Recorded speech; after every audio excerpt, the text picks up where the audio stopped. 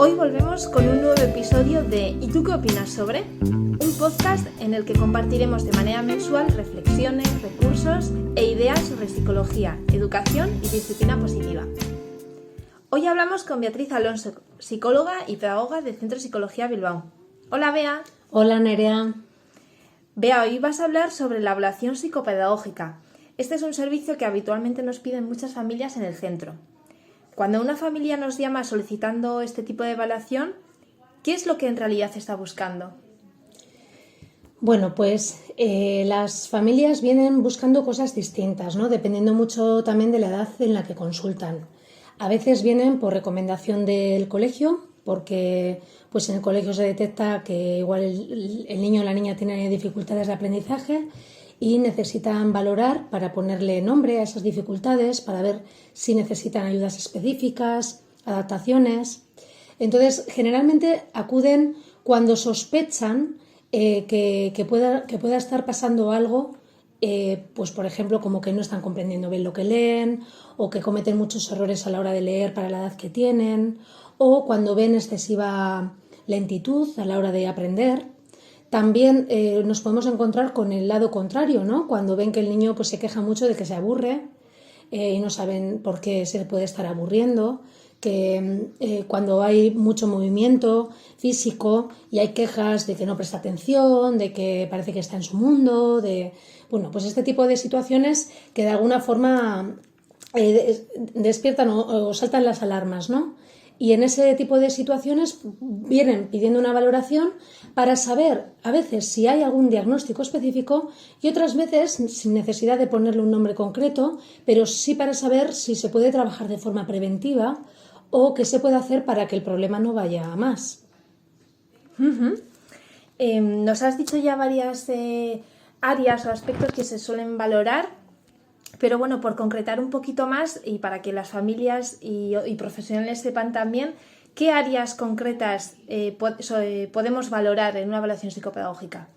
Bueno, pues cuando es una valoración psicopedagógica, siempre decimos que las áreas a valorar van a ser un poco a medida, porque no todo el mundo viene con la misma sospecha.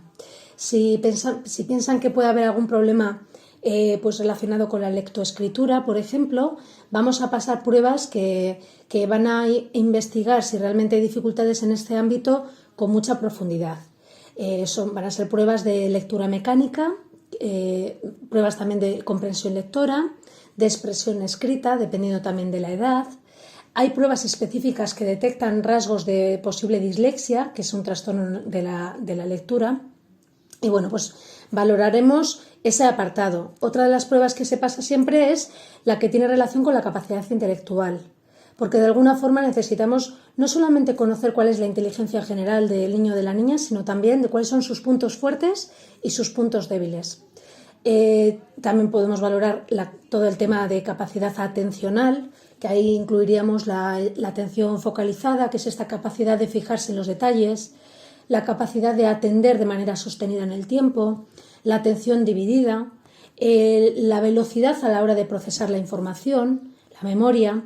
Entonces, bueno, estas son como pruebas que generalmente se suelen administrar porque están muchas veces debajo de otras dificultades de aprendizaje, ¿no? Y luego hay evaluaciones de áreas más específicas, pues puede ser, por ejemplo, el razonamiento matemático, cuando consultan pues porque tienen muchas dificultades en todo el tema del cálculo, de la aritmética, del razonamiento, de la lógica. Luego también se puede valorar específicamente creatividad, si hay una sospecha de posible altas capacidades, de precocidad. Bueno, va a ser un poquito en función de lo que solicite el colegio o la familia, pues ahí vamos a adaptar las pruebas. Y hablamos de evaluación psicopedagógica que de alguna forma recoge pues todas estas capacidades que se tienen que ver en el colegio, ¿no? Pero que muchas veces también van de la mano con la parte más emocional.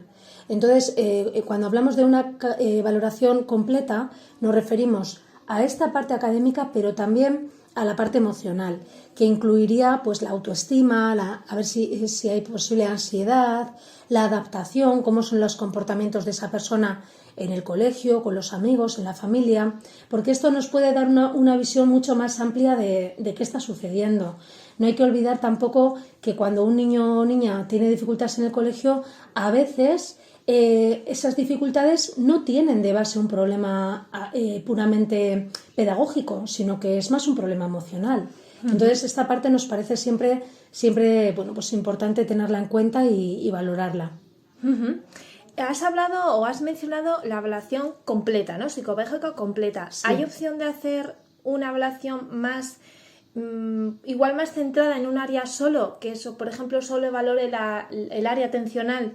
Por ejemplo, familias que dudan de un posible, pues bueno, de que igual hay un posible déficit de atención o algo similar. Sí, siempre se pueden hacer lo que decía, ¿no? Valoraciones a medida. Porque de hecho hay veces que vienen niños que tienen ya una evaluación hecha y no hace falta administrar todas las pruebas, o que su familia lo tiene como bastante claro que por dónde van los tiros y directamente quieren ir a las pruebas específicas de atención o a las pruebas específicas de dislexia.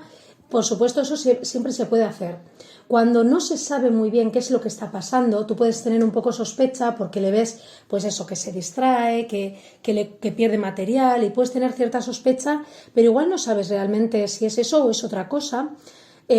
Nosotras sí recomendamos la valoración completa, sabiendo que se puede hacer parcial, pero porque creemos que no son tantas sesiones más, o sea, estamos hablando igual de una sesión más, que no marca tanto la diferencia y te da información mucho más amplia y que puede también ayudarte a entender mejor lo que está sucediendo, ¿no?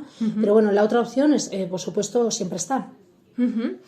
Y nos estamos centrando mucho, igual más enfocado a niños y niñas, pero por ejemplo, un adulto, una persona o incluso un estudiante de secundaria, de bachillerato, o bueno, que ya tenga 20 años, o lo que te acabo de decir, un adulto, ¿podría también realizar esta evaluación?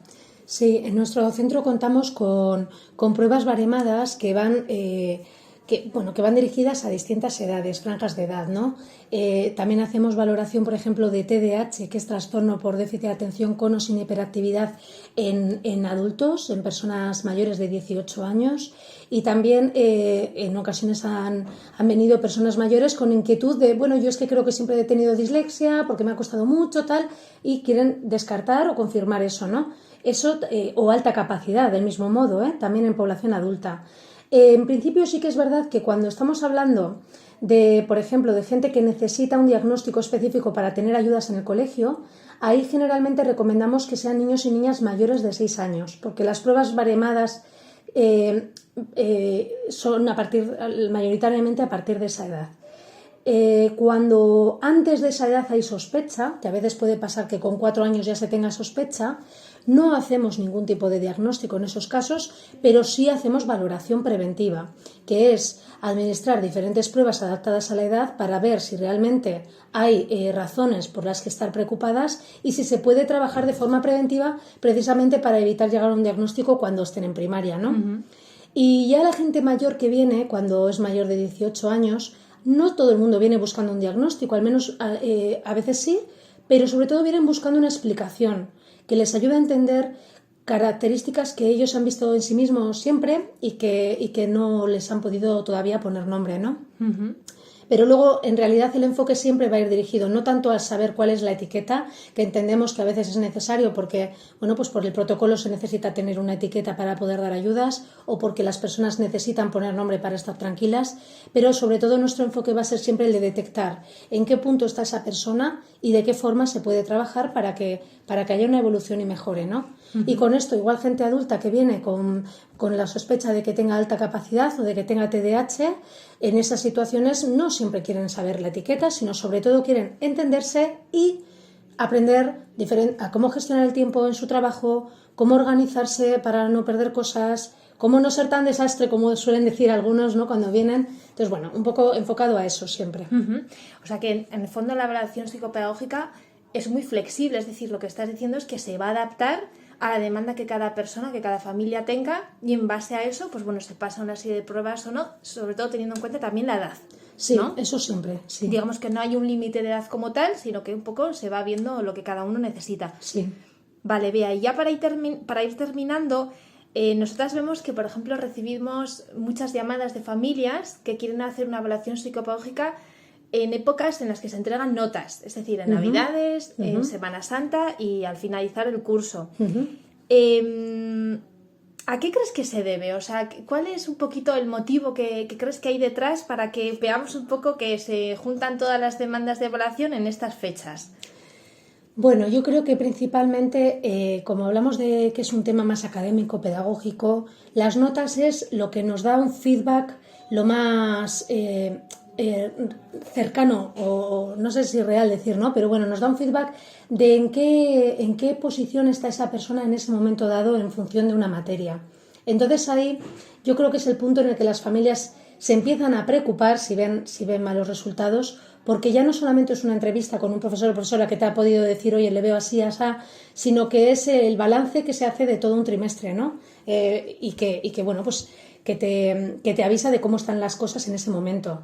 Por otro lado también, porque igual hay gente que se ha dado de margen esas notas, ¿no? Como para saber si realmente el trabajo hecho en casa es suficiente o el trabajo hecho con profesores particulares, en academias, es suficiente, y cuando llegan las notas y ven que quizá no lo es tanto, pues entonces es cuando deciden valorar. Y también porque muchas veces es en ese momento, cuando se da el boletín de resultados y se hace una entrevista, cuando el profesorado informa pues de que sería conveniente hacerlo, ¿no? Entonces esas pueden ser un poco las razones. Muy bien, muchísimas gracias, Bea. Gracias a ti. Os animamos a consultarnos si queréis recibir más información sobre este servicio. Mientras tanto, seguimos preparando contenido en la sección ¿Y tú qué opinas sobre? Podéis dejar en comentarios los temas sobre los que os gustaría que charlemos. ¡Os leemos!